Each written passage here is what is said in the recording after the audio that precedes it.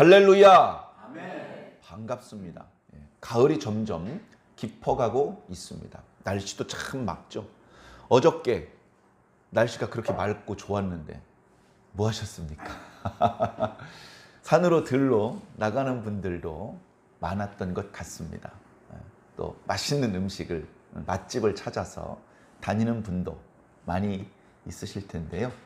저는 어저께와 그저께 이틀간에 걸쳐서 전라남도 여수에 아주 조그만한 교회, 저는 저희 교회가 우리나라에서 제일 작은 교회인 줄 알았는데 더 작은 교회도 있더라고요. 그 조그만한 교회, 거기 내부 수리를 도와주러 갔다가 왔습니다. 그래서 이제 그 교회는 어떤 교회냐면 여자 목사님이 목사 안수를 받고 교회를 이제 개척을 하려고 이제 기도하고 있었는데, 그 목사님에게는 이제 그 몸이 아주 불편한 어머니가 계셔요.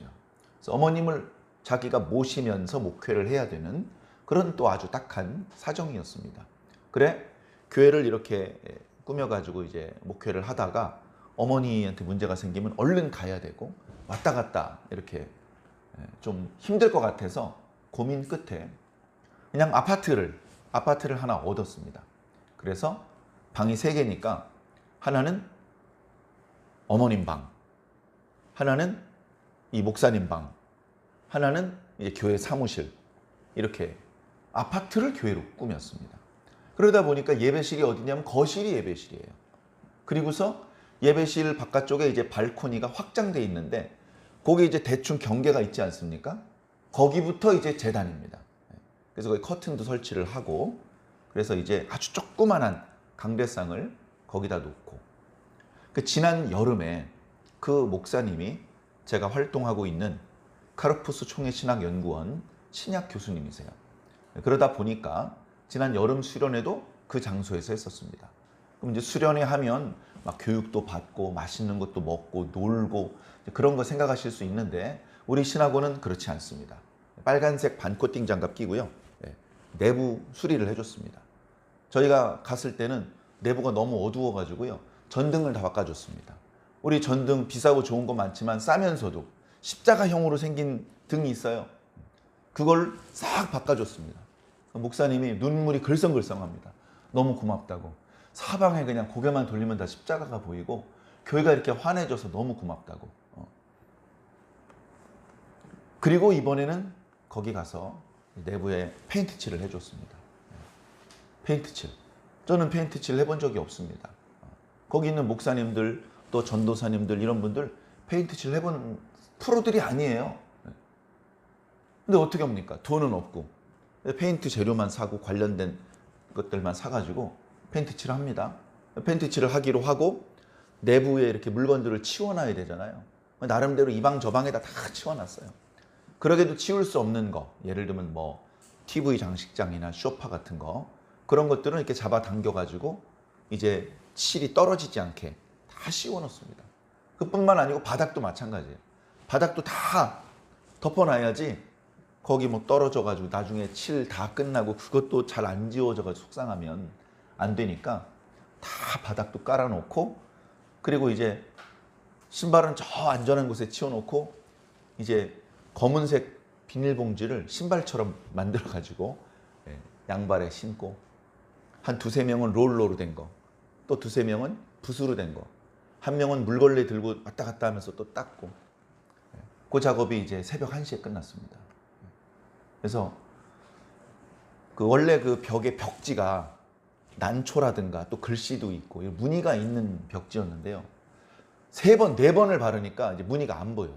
처음에 2번 바르려고 그랬거든요. 페인트가 부족해요. 그래서 2통 더 사와 해가지고 새벽 1시까지 바르고 또 발라서 이제 무늬가 안 보입니다. 아주 새하얗습니다. 새하얘. 천정하고 벽만 했거든요.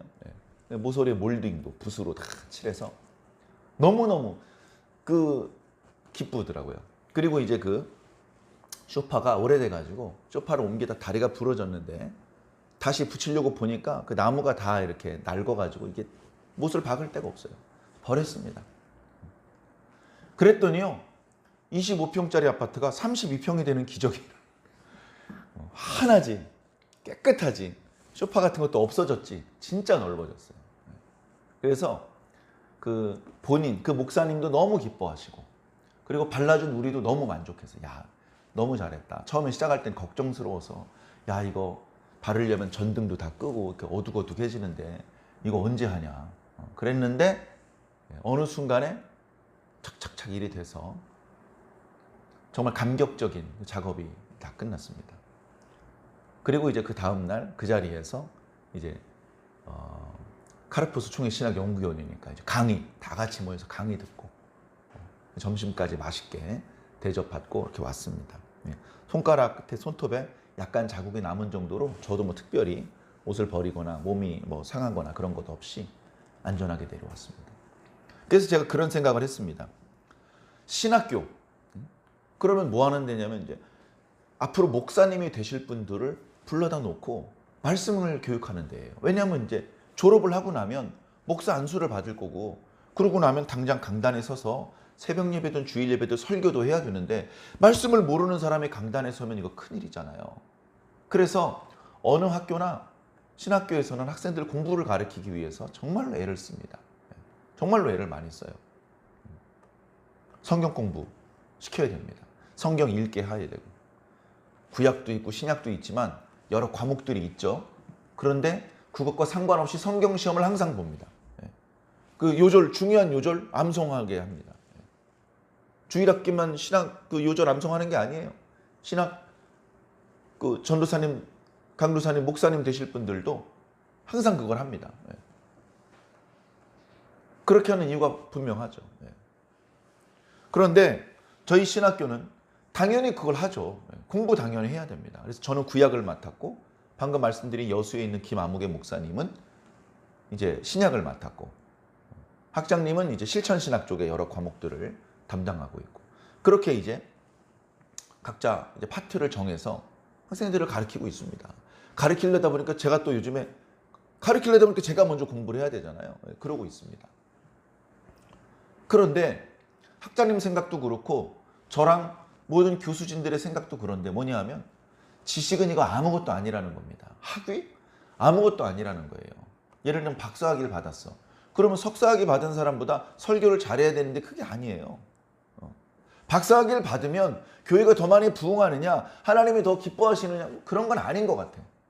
그래서 지식은 기본적으로 갖추어야 되고, 졸업 이후에도 계속해서 책도 읽고 성경도 읽고 기도 생활하고, 그렇게 목회자로서 더 좋은 목회자가 되기 위해서 분발을 해야 되겠지만, 그러나 지금 신학교에서 더 필요한 것은 소양이다, 인격이다.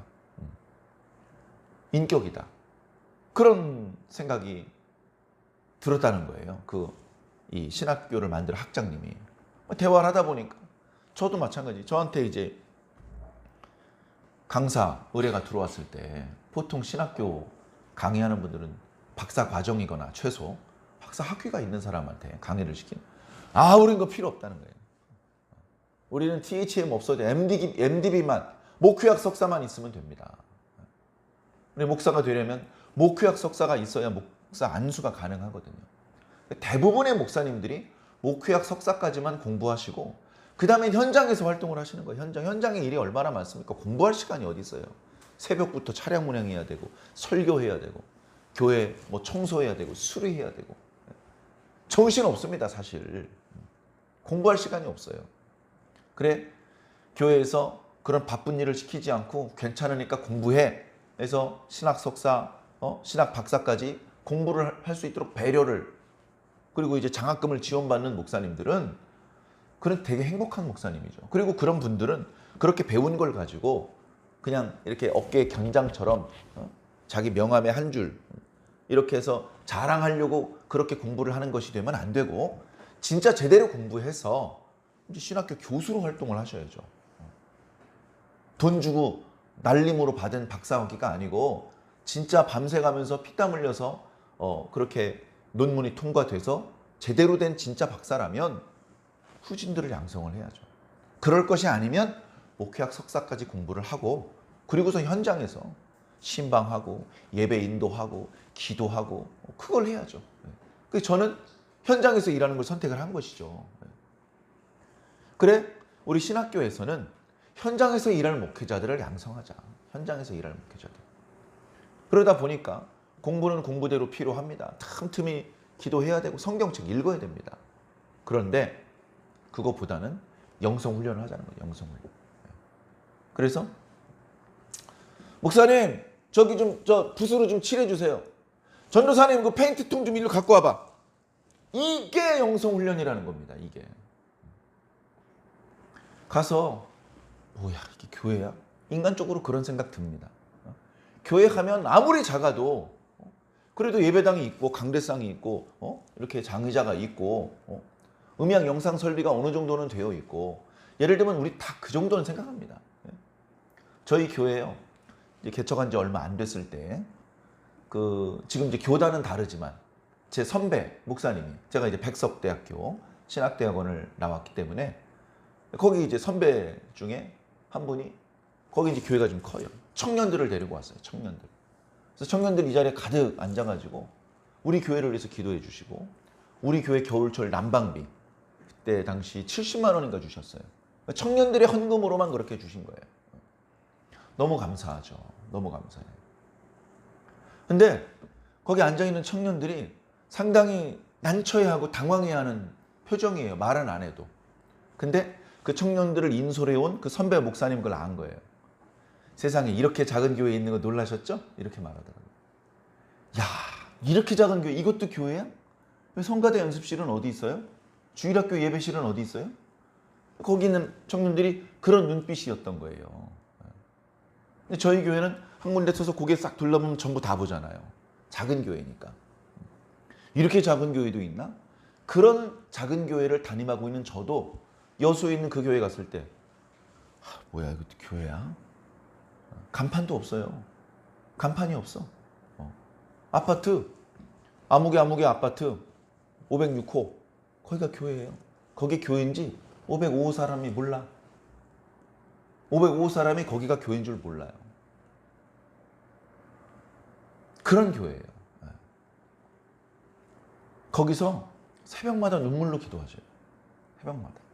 자기 어머니 위해서 기도하시고 또 그 교회는 전도를 하는데 이상하게 전도가 나이 많으신 할아버지들만 좀 제일 젊은 분이 71세야. 그런 분이 한 대여섯 분 계셔요. 그런 분들을 위해서 정말 열심히 목회를 하고 계십니다. 목사님같이 젊고 스마트한 목사님 왜 여기서 이렇게 고생을 해? 저 큰 교회 부목사님으로 가면 1년이면 100명, 150명씩 교구 식구들을 붙여줄 텐데 목회다운 목회해. 아이고 목사님 하면서 인사도 받고 가끔 장로님 목사님 오세요. 제가 옷 한 벌 해드릴게요. 이런 그런 어떤 섬김도 받고 일주일이면 새벽 예배도 인도하고 구역 예배도 인도하고 신방으로 다니고 개업 예배, 출산 예배 뭐 그런 목회다운 목회를 해. 그런 말을 듣는데요.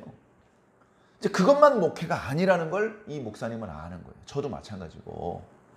우리가 알고 있는 그런 목회, 그런 목회자, 전국에 있는 목회자 중에 절반이나 될 것 같습니까?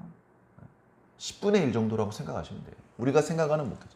늘 양복 입고 다니고, 늘 새벽 예배 인도하고, 구역 예배 인도하고, 신방 다니고, 이런 목사님들은 우리나라 모든 목사님들이 10분의 1 정도밖에 안 된다고 생각하시면 돼요.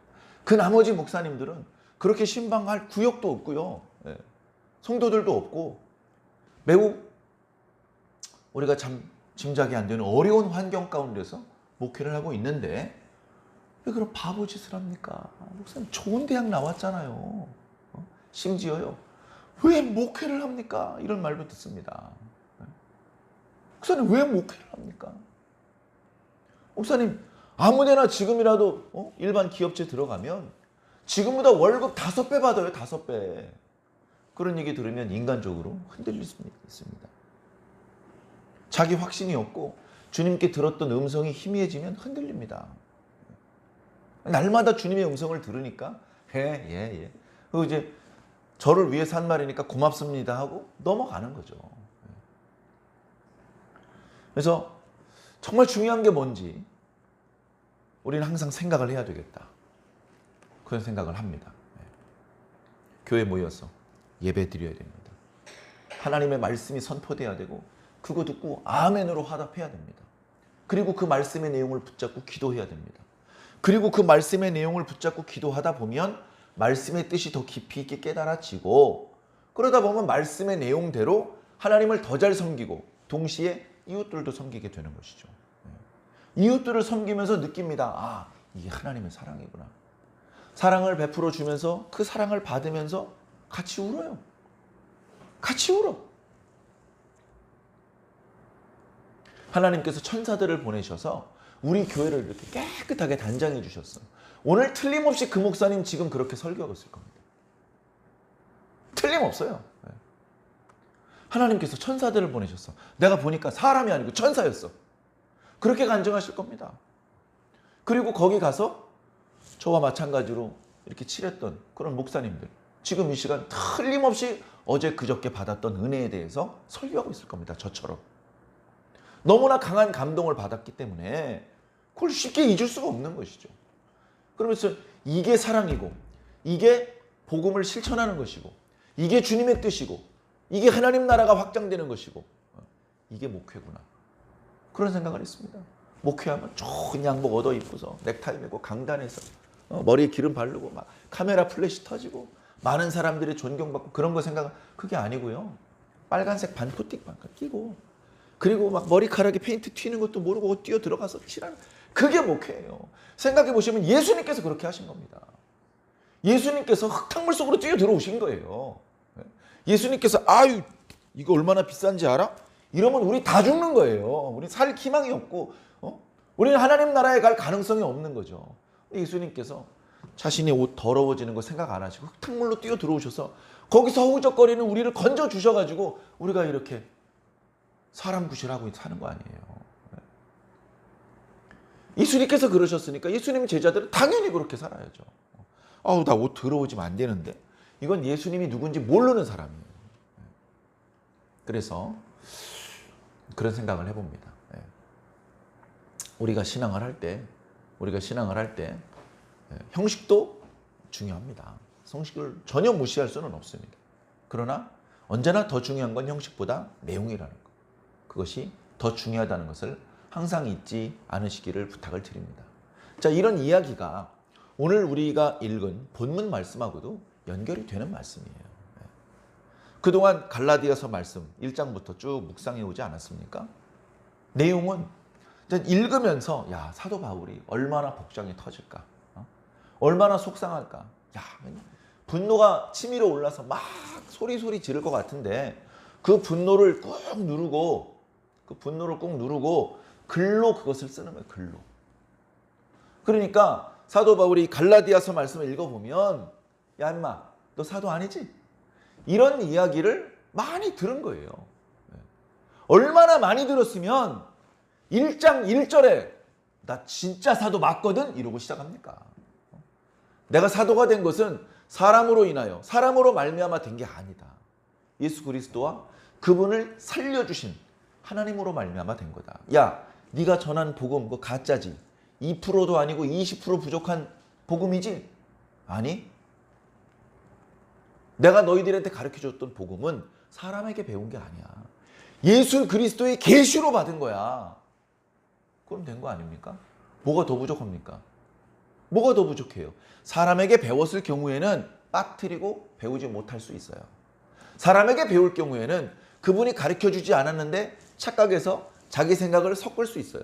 예수 그리스도께 계시로 받은 건 그럴 수가 없잖아요. 야 그래도 어떻게 예수님만 믿고 구원을 받을 수 있겠어. 저쪽에서 오신 분이 그러는데 율법도 지켜야 된대. 이 율법이 하나님께서 주신 거래. 그리고 내가 율법의 내용을 쭉 들어보니까 잘못된 게 없어. 다 좋은 내용이야. 그러니까 예수님도 믿고 율법도 지켜야 돼. 그래야 진짜 구원을 받을 수 있어. 근데 사도 바울 너는 예수님 믿으란 얘기만 하고 율법 지키란 얘기를 안 하는 걸 보니까 20%가 아니라 50% 부족한 복음을 전하고 있는 거야 라고 생각을 하는 겁니다. 아니거든.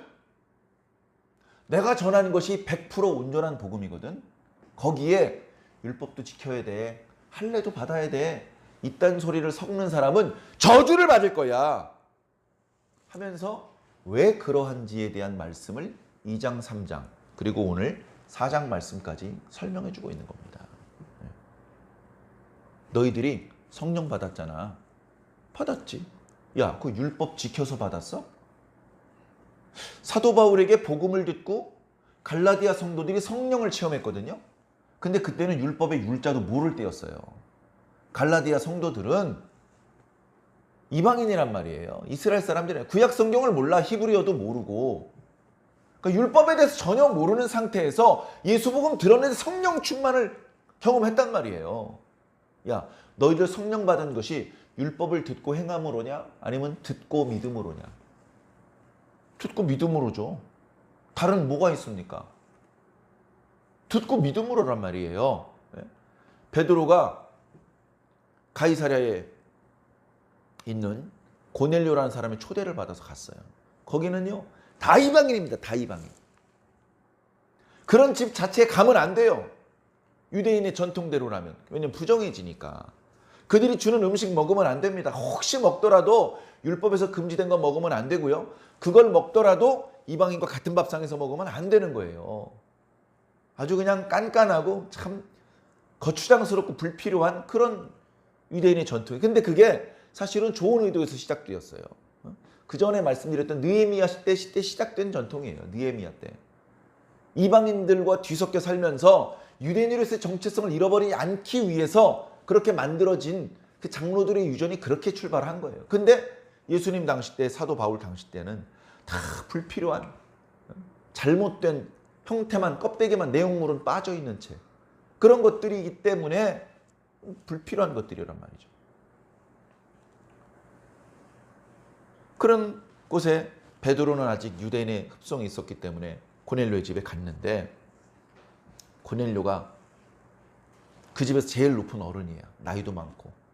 그 다음에 밖에 나가면 육군 대위야. 중대장이야. 권세가 있어요. 그런데 버선발로 뛰어나와서 베드로 앞에 머리를 숙여서 막 절을 하려고 합니다. 그 절하지 마세요. 나도 당신이랑 똑같은 사람입니다. 안쪽으로 들어오시죠. 선생님 말씀을 청해 들으려고 제 주변의 지인들 다 불러 모아놨습니다. 그래서 보니까 고넬료뿐 아니라 거기 모여있는 사람이 다 겸손하게 눈을 반짝반짝 뜨고 있어요. 베드로 행색이 남노하고 머리도 감은 지 오래돼서 몸에서 냄새가 나는 것 같고, 근데 그 무시하는 게 아니고 존경하는 듯한 눈빛으로 다들 이렇게 쳐다보는 거예요. 한마디도 안 하고 바울이 말하길 기다리고 있는 거예요. 바울이 이것도 주님의 뜻인가 보다 해가지고 복음을 전하는데 설교가 끝나기 전에 벌써 성령을 받고 있는 거예요.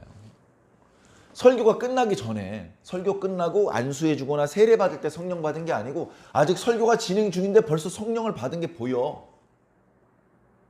이게 웬일인가? 이거 성령인데, 이 성령이 몇 년 전에 마가의 다락방에서 우리 사도들과 문도들에게 내렸던 성령과 똑같은 게 지금 이방인들에게 내리고 있네. 이게 어떻게 된 일이지? 이방인들이 율법을 압니까? 율법 언제 지켰습니까? 근데 성령 내리잖아요. 이로 보건대 율법을 행하는 것이 구원을 받는데 반드시 필요한 조건이 절대로 아니다. 아브라함이 하나님께 의롭다 하심을 얻었습니다. 창세기 15장 6절에 나오죠? 아브라함이 하나님을 믿음에 하나님이 이를 의로 여기셨다고 그랬어요. 그때 율법은 어디 있었습니까? 그때는요, 모세 태어나기 전이에요. 모세도 안 태어났고 레위 지파도 없고 율법을 주시기 전이란 말이죠. 율법이 있어야 율법을 지키고 의롭다 하심을 얻을 거 아니에요. 유대인들 주장대로라면. 그러나 율법이 없을 때 이미 의롭다 하심을 받았어요. 그 뭐예요? 율법을 행하는 것은 우리가 의롭다 하시는 것에 아무 보탬이 안 되는 일이에요. 근데 자꾸 예수님도 믿고 율법도 지켜야 진정으로 구원받을 수 있다고 얘기를 하니 그런 가짜 복음을 전하는 자에게 저주가 있을지어다라고 사도 바울이 말할 수밖에 없는 것이죠. 그 논의가 계속 이어지고 있는 것입니다. 왜냐하면요, 사도 바울이 떠난 이후에 엉뚱한 사람들이 와서 율법도 믿어야 돼, 율법도 믿어야 돼, 바울은 사도가 아니야, 바울은 사도가 아니야, 이런 얘기를 하도 많이 들어가지고 갈라디아의 성도들이 사도 바울을 의심하기 시작을 했어요. 우리 어제 묵상했던 말씀에 어떤 표현이 있습니까? 사실 사도 바울이 몸이 불편해서 요양하려고 갈라디아 지방에 간 거예요. 근데 요양하면서 놀고만 있었겠습니까? 복음을 전하는 것이죠. 몸이 아픈 사람을 옛날 사람들은요, 부정하게 생각을 했어요. 유대인뿐 아니라 이방인들도. 그 사람의 병, 그 사람의 어떤 부정한 거, 좋지 않은 거, 그게 나한테 올마오지 않게 하려고 침을 뱉었어요.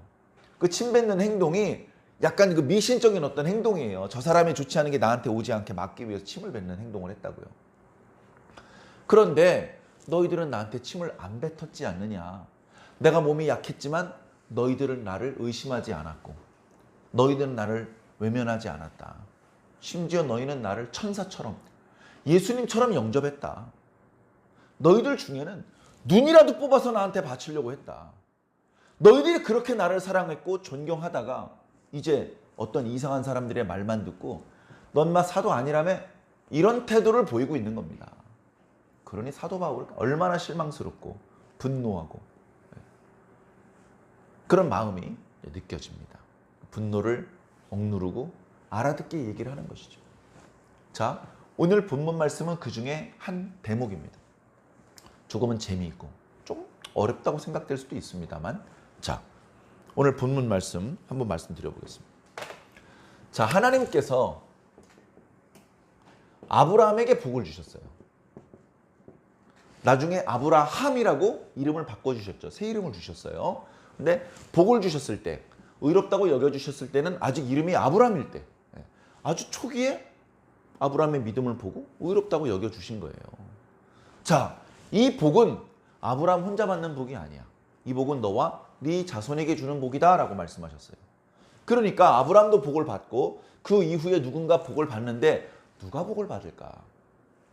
자, 처음 태어난 아브라함의 아들은 이스마엘입니다.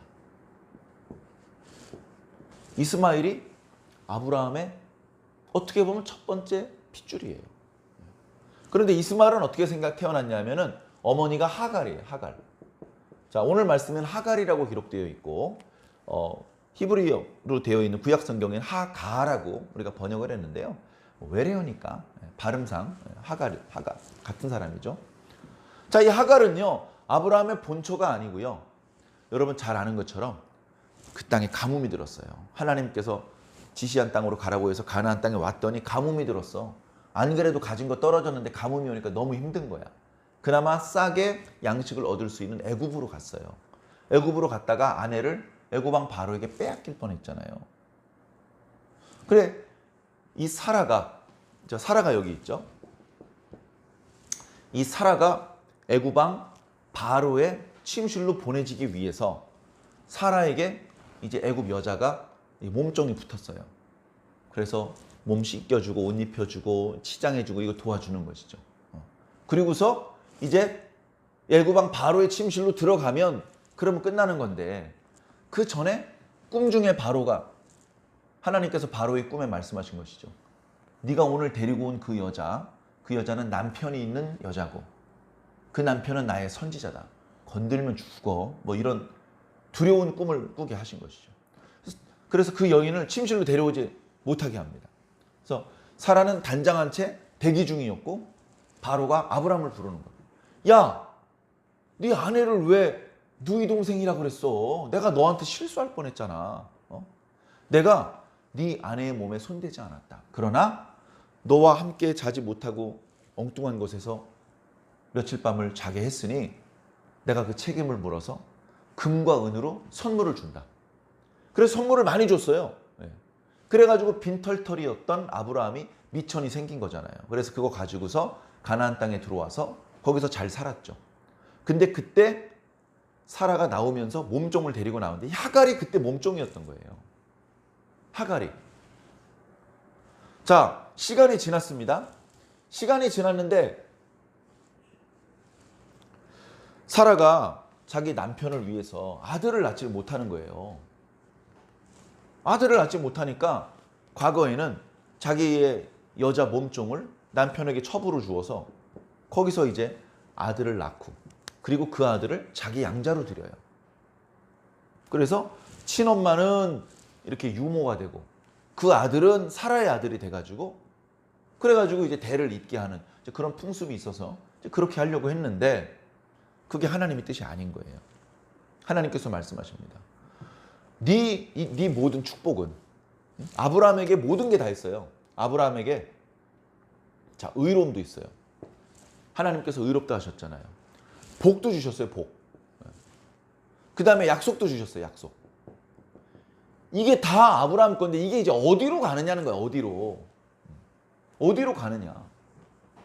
이 사람 저 사람에게 골고루 나눠주는 게 아니고요. 한 사람에게 가게 돼 있어요. 그게 하나님의 약속이에요. 한 사람에게 갈 것이다.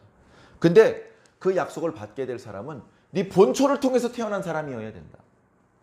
하나님, 사라가 90살인데요. 애기 못 나요 이제. 애기 못 나. 아니야, 사라가 아기를 낳게 될 거야. 처음에는요 아브라함이 웃었습니다. 나중엔 사라가 웃었어요. 그랬는데 어떻게 됐어요? 사라가 기어이 아들을 낳았어요. 이름이 뭐예요? 이름이 웃음이야. 이삭이라는 뜻은 웃음이라는 뜻이에요. 하나님의 말씀이 얼마나 안 믿어지면 믿음의 조상이었던 아브라함이 핏이 웃었어요. 네? 그 사라가 웃었어요. 사라야, 네가 어찌하여 웃느냐? 아이고 안 웃었는데요. 아니다, 네가 웃었느니라. 그러더니 애기 안고 정말로 웃습니다.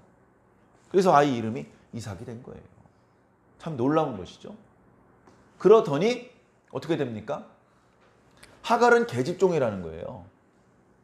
자, 하나님의 축복이 이게 잘 안 나오는데 하나님의 축복이 이삭에게 가고 자, 이 계집종하고 그의 아들은 쫓아내는 거예요. 야! 저 계집종과 그의 아들을 쫓아내라! 나의 유업을 저 계집종한테 줄 게 없다. 100% 내 유업은 이삭에게 줄 것이다. 이게 창세기에 있었던 이야기예요. 창세기. 아브라함의 이름이 11장에 잠깐 등장을 하고 12장에 하나님께서 아브라함을 부르신 이야기가 나타나며 25장에 아브라함이 죽는 이야기까지. 아브라함의 일대기가 175년인데 75세에 부르셔서 175세에 죽었기 때문에 100년 동안 하나님과 동행했던 아브라함의 이야기 속에 핵심적인 주제입니다. 하나님께서 아브라함을 만나셔서 이 좋은 걸 주셨고 그게 이제 어디로 이어질 것이냐? 그 관건인 거예요. 이스마엘 얘기도 잠깐 나옵니다. 이스마엘도 12아들을 낳아서 12족장의 우두머리가 됩니다만 그러나 하나님의 축복은 아닌 것이죠. 축복은 이삭에게, 야곱에게, 야곱 밑에 12아들을 통해서 하나님의 백성을 이루어가는 것이 그것이 이제 하나님의 뜻인 겁니다. 축복의 물줄기가 이쪽으로 쏟아지지 않고 이쪽으로 돌아간 이유가 있는 것이죠. 자, 이 구약에 아무도 부인할 수 없고 변경할 수 없는 이 역사적인 사실을 가지고 갈라디아 교회 성도들에게 얘기를 합니다. 야, 니들 율법 지키는 거 좋아한다며. 율법 지키고 싶어 한다며. 율법 못 들었어? 이 율법에 있는 내용이거든요. 율법이라는 것은 제1조 1항 뭐 이런 게 아니고 그냥 창세기 1장 1장부터 신명기 끝장 끝절까지가 율법이에요. 그 속엔 율법 조항과 같은 형태로 기록된 부분도 있지만 대부분 재미난 이야기죠. 노아의 이야기도 나오고 아브라함 이야기, 이삭의 이야기, 야곱의 이야기, 요셉의 이야기, 모세의 이야기 많은 이야기가 그 율법 속에 있습니다.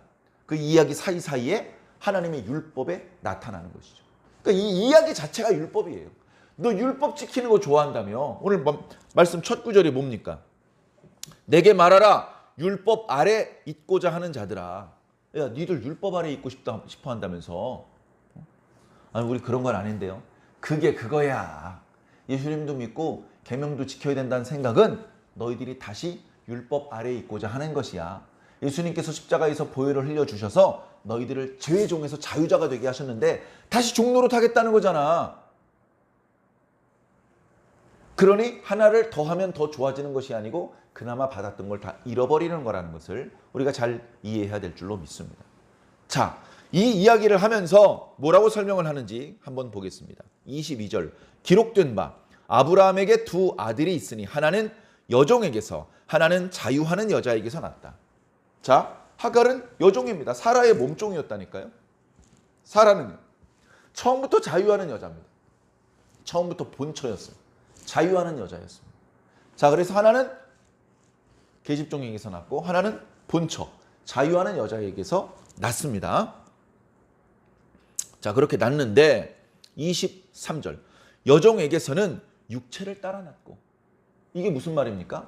자, 아브라함과 하갈 사이에서는 어떤 하나님의 개입이라 필요 없이 우리 일반 사람들처럼 남자고 여자고 결혼하면 아이가 태어나지 않습니까? 그건 매우 육체적인 방법이라는 거예요. 그렇게 표현한 것이죠. 육체를 따라 낳은 거예요, 그냥. 육체를 따라 낳은 거죠. 그런데 이삭은 다르다는 겁니다.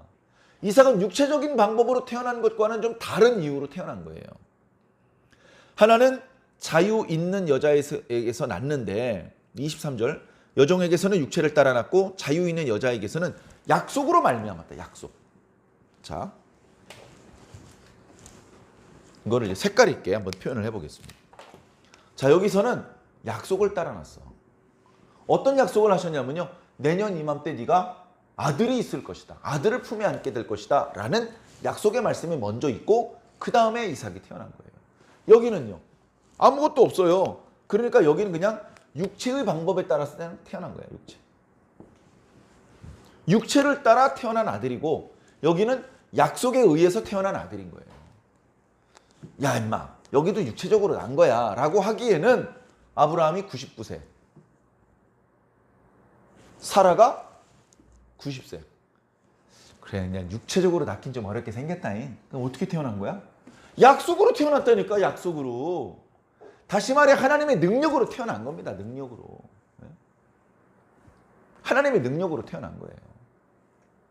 이런 엄연한 차이가 있어. 똑같은 아들이고 14살 차이 나는데 다 아브라함을 향해서 아빠 하는데 아브라함의 유업을 누가 상속하느냐의 문제에 대해서는 똑같지가 않다는 거예요. 저 계집종과 그의 아들을 쫓아내라. 전혀 다른 처분을 받게 되는 것입니다. 자, 24절.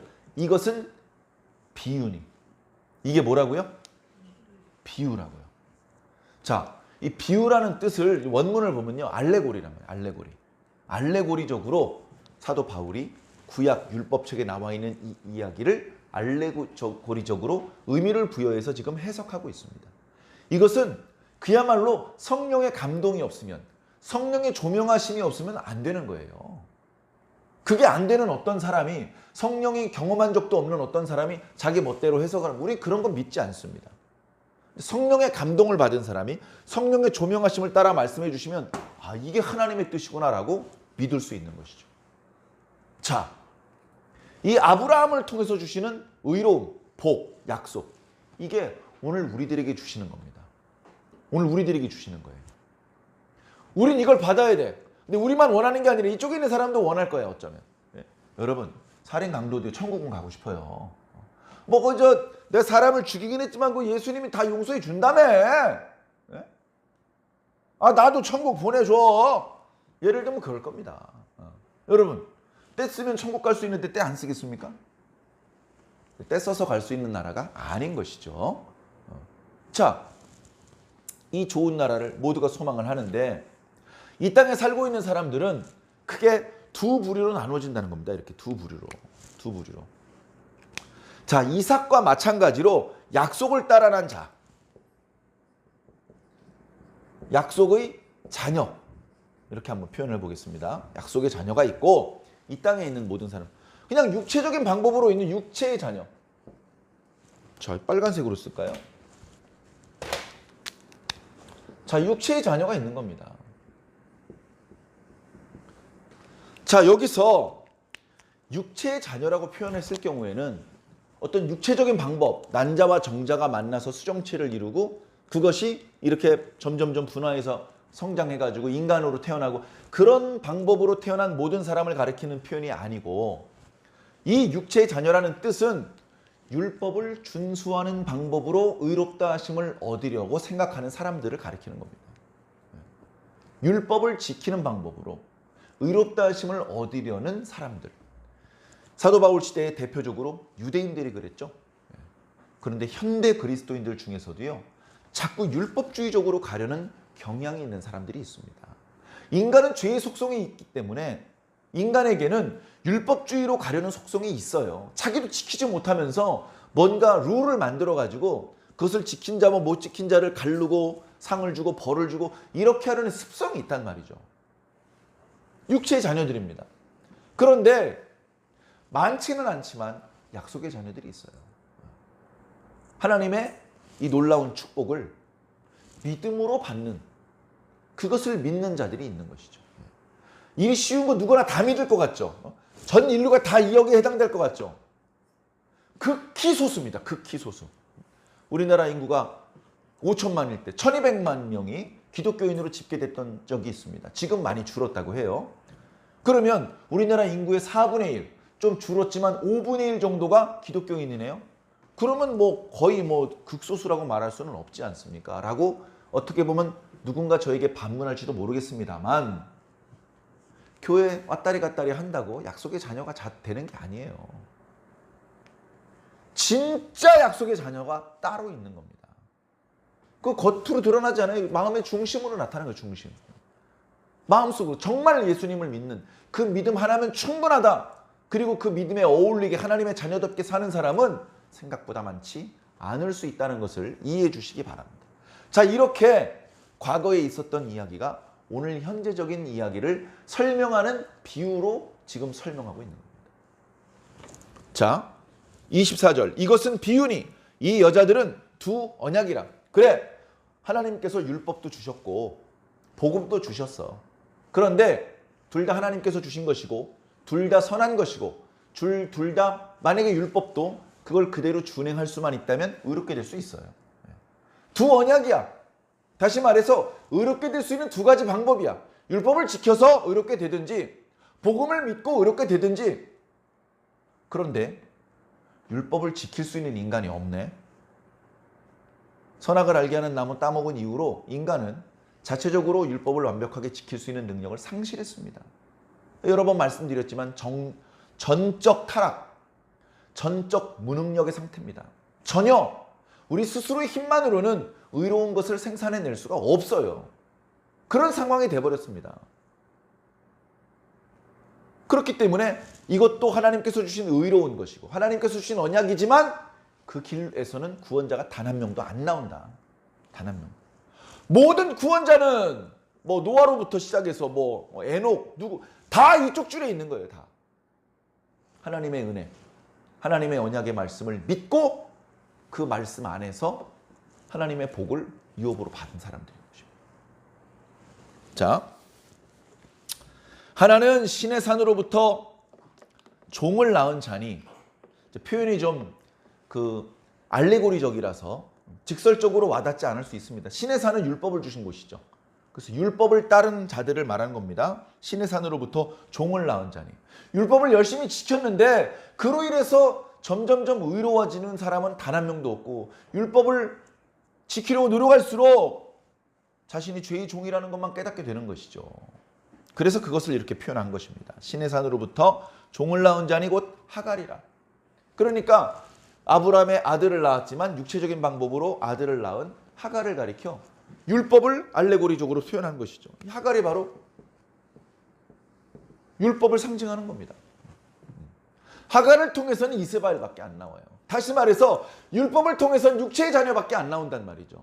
그 방법으로는 의롭다 하심을 얻을 수가 없다는 말입니다. 자신이 죄인이라는 것만 확정받고 끝나는 거예요. 그럼 형벌밖에 없잖아요. 형벌밖에 없잖아요. 그러니 이 방법을 의지하고 또는 이쪽에 서 있다가 저쪽으로 또 내려가려고 하는 것은 하나님께서 겨우 자유를 주셨는데 하나님께서 겨우 아버지라고 부를 수 있게 해주셨는데 다시 종이 되고 다시 주인마님이라고 부르는 곳으로 내려가는 것이 되는 것이니 이 얼마나 어리석은 거리라고 사도 바울이 계속해서 탄식하고 있는 것입니다. 그러나 자, 이 하갈은 25절 볼까? 이 하갈은 아라비아에 있는 신의 산에서 신의 산으로서 지금 있는 예루살렘과 같은 곳이니 신의 산에서 하나님께서 율법을 주셨으니 영산이죠. 거기도 하나님께서 영적으로 뭔가를 주신 곳이긴 합니다. 그러니까 유대 땅에 있는 예루살렘과 같은 곳이죠. 유대 땅에 살고 있는 동안에는 하나님께서 좋은 것을 예루살렘을 통해서 주셨어요. 이 광야에 있을 동안에는 신의 산을 통해서 주셨던 것이죠. 예루살렘과 마찬가지인 곳이니 그가 그 자녀들과 더불어 종로로 타였다. 결국은 하갈도 이스마엘과 함께 종로로 됐고 결국은 쫓겨났고, 그리고 율법을 신봉하는 자들이 결국 그 율법으로 하나님을 기쁘시게 하지 못하고 계속 야단만 맞고 계속 저주만 당하게 되었다는 것입니다. 그러나 오직 위에 있는 예루살렘은 자유잔이 곧 우리 어머니라. 자, 예루살렘을 위에 있다라고 표현했는데요. 이것은 이제 과거 유대인들이 가지고 있던 어떤 종말 사상과 관련된 것입니다. 하나님께서 이 악한 세상을 심판하시고 다시 세상을 정화하시고 새롭게 하실 때에 예루살렘은 위로부터 내려올 것이다 라는 생각을 했어요. 그리고 우리가 요한계시록 말씀에도요, 거룩한 성 새 예루살렘이 위에서부터 내려오잖아요. 위에서부터 내려온다고요. 그걸 말씀하고 있는 것입니다. 이 예루살렘은 지상에 있는 예루살렘이 아니에요. 지금 지상에 있는 예루살렘은 제사장이 있고 율법주의가 만연하고 있습니다. 그게 아니고 언약의 왕로로 타는 새 예루살렘이 위에 있다는 것이에요. 우리는 그 위에 있는 예루살렘, 자유하는 여자의 자손이라는 겁니다. 어머니가 자유자니까 우리가 종입니까? 태어나는 순간 자유자로 태어나는 것이죠. 거듭나는 순간 하나님의 자녀가 되는 권세를 얻는 것입니다. 자, 27절 기록된 바 잉태하지 못한 자여 즐거워하라. 산고를 모르는 자여 소리질러 외치라. 이는 홀로 사는 자의 자녀가 남편 있는 자의 자녀보다 많음이라. 그러니까 남편 있는 자의 자녀라는 뜻은 이 육체를 따라난 자녀를 말하는 것입니다. 남편 있는 자의 자녀라는 뜻은 뭔가 여유 있고 풍족한 상황 가운데 있는 자라는 것입니다. 반면 약속을 따라난 자들은 항상 소수고 항상 뭔가 어려움을 겪고 있고 특히 이 육체를 따라난 자녀들에게 괴롭힘을 당하는 경우들이 너무나 많습니다. 오죽하면 다윗과 같은 분은 이렇게 노래하지 않았습니까? 여호와께 피하는 자는 복이 있다. 누가 그렇게 괴롭히길래 여호와께 피해? 육체를 따라난 자녀가 괴롭혀. 그러니까 어떡합니까? 하나님께 피해야죠. 약속의 자녀들은 하나님께 피하는 수밖에 없는 겁니다. 자, 그런 상황이 되는 것이죠. 28절 형제들아 너희는 이삭과 같이 약속의 자녀라. 너희는 약속의 자녀라는 거야. 약속의 자녀. 여기서 너희는 1차적으로는요. 갈라디아 교회 성도들입니다. 너희들이 비록 혈통은 이방인이지만 율법을 준수하기 때문에 성령 받은 게 아니고 복음을 듣고 믿음으로 성령을 받은 것이기 때문에 너희는 이삭과 똑같은 방법으로 성령 받은 것이고 약속받은 것이고 축복받은 것이고 의롭다 하심을 얻은 것이다. 너희는 이삭과 같이 약속의 자녀다. 29절 그러나 그때의 육체를 따라난 자가 성령을 따라난 자를 박해한 것 같이 그런 일이 있었어요. 이삭이 어렸을 때. 자, 우리는요, 아이가 태어나면요, 100일 잔치 하죠. 사진 찍습니다. 요즘은 50일 사진도 찍더라고요. 그 다음에 돌잔치 한다고 돌에 사진 찍습니다. 그렇게 됐던 이유가요, 돌까지도 살지 못하고 죽는 경우들이 많았어요. 그러니까 돌 때까지는 진짜 이름을 붙여주지 않고 뭐 개똥아 이렇게 이름을 붙이는 경우가 많고 돌이 지나면 얘는 이제 허망하게 죽지는 않겠구나. 얘는 이제 어른이 될 수 있겠고 그때 이름을 정식으로 지어주기도 했다고 합니다. 그런데 이스라엘 사람들은 그렇게 안 했어요. 이스라엘 사람은 어떻게 했냐면 태어나면 이름을 지어주죠. 근데 진짜 그 아이가 아주 어렸을 때 허망하게 죽지 않고 정상적으로 잘 자란다는 건 언제 아냐면 젖될 때 하는 거예요. 젖될 때. 젖을 먹다가 이제 젖을 먹지 않고 그냥 일반적인 음식을 먹을 때쯤 되면 제법 커서 돌아다니고 말귀도 알아듣고 이런 때가 된단 말이죠. 그때가 만으로 2살, 우리 나이로 3살 됐을 때예요. 그러면 저 때면 그때 엄청나게 크게 잔치를 벌이는 거예요. 저 때면. 자, 이삭이 3살이에요. 그러면 이스마엘은 17살입니다. 청소년이죠? 어린애예요. 장난치는. 3살짜리 아무것도 모르고 형하고 쫓아다닐 때예요. 보니까 형이 이삭 가지고 장난치고 있어. 장난. 이삭을 가지고 장난친다고. 이삭한테 막 옷을 이렇게 뒤집어 씌워놨다가 아하하하 멍청이. 야, 내가 벗겨줄게. 다시 뒤집어 씌우고 아하. 이걸 하고 있는 걸요. 사라가 봤어요. 이 새끼가 이스마엘은 내 아들이 아니잖아요. 이 새끼가 내 아들을 해가지고 아브라함한테 간 겁니다. 여보! 지금 이스마엘이 이삭을 괴롭히고 있어요. 이스마엘이 더 장성하면 이르다 이삭이 이스마엘에게 죽겠어요. 그랬더니 아브라함이 뭐라 그럽니까? 이 하갈은 원래부터 당신 종이었지 않소. 당신 거니까 당신 마음대로 하시오. 그러니까 사라가 얘기를 합니다. 여봐라! 그러니까 잔치가 중단되고 모든 종들이 사라 앞에 모입니다. 왜? 안방마님인데. 옛날이나 지금이나 안방마님 권세가 무시무시합니다. 저 계집종과 그의 아들을 쫓아내라! 우리 주인의 유업은 저놈한테 줄 수 없다. 쫓아내라. 그거예요.